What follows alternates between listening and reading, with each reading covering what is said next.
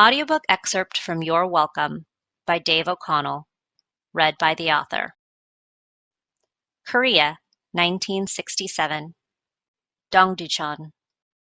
Pat and I got to Seoul as often as we could, but he didn't have much interest in the village. I, however, was fascinated by Dongducheon. To get out of the gate, you had to show the guard your ID, a pass, and a condom. You walked across the two-lane military access road and then across the railroad tracks. The village main street ran parallel to the railroad tracks. The businesses on the east side of the street backed onto the tracks. The businesses on the west side backed onto the river. The village was strictly segregated. That was my first experience of that kind of segregation. It shocked me, but didn't slow me up.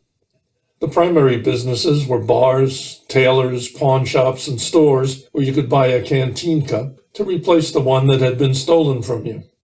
Tailors sold custom-made Nehru suits that were laughably out of fashion by the time soldiers got home.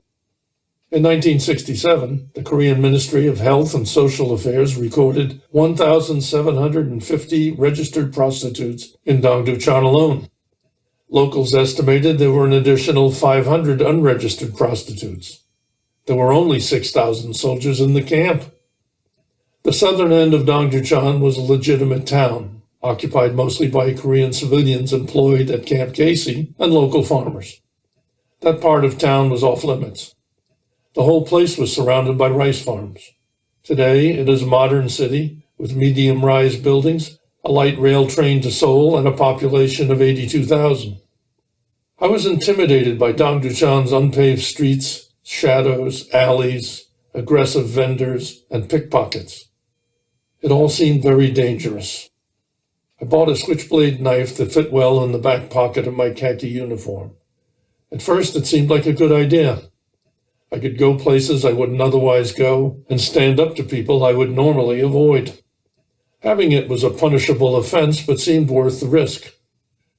As my knowledge of the village increased, I learned to sort the good guys from the bad guys, American and Korean, and how to avoid the bad guys.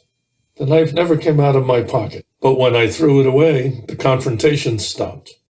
The knife had given me false courage, clouded my judgment, and made me less safe rather than more. I think of this whenever the issue of stand-your-ground laws comes up. A weapon is not a substitute for discretion.